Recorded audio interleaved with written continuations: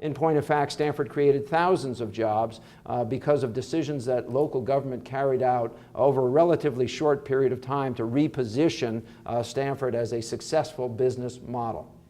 We may need to look at a different model on a long-term basis of making sure that the industry is in a position to take care of itself with the ebbs and flows of certain governments or gubernatorial administrations. The California model, specifically for private-public partnership with the industry and the state, relying on direct allocation of certain revenue sources, might be a better model than the one we're pursuing. Looking at car rental, rail charges, hotel charges on a direct allocation, and to have the decisions made about how that money is spent by a group of people equally representing or perhaps over-representing the industry seems to make a lot more sense than the way we're currently doing it, and it certainly is something that I'd want to explore. Legislators need to understand the impact of this industry.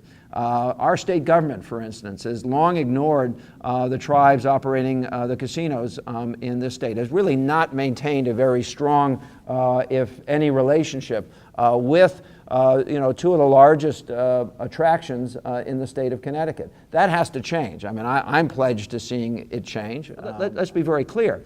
That if this industry was to go away, the revenues that are generated by this industry to state government and local government were to go away, a per capita adjustment of $1,000 would have to take place with different tax sources to make up the difference. And I'm not sure that that's fully appreciated by the people serving the legislature or the current administration. I will assure you that it'll be understood by the next one. When we spend money on tourism, it's not costing us anything.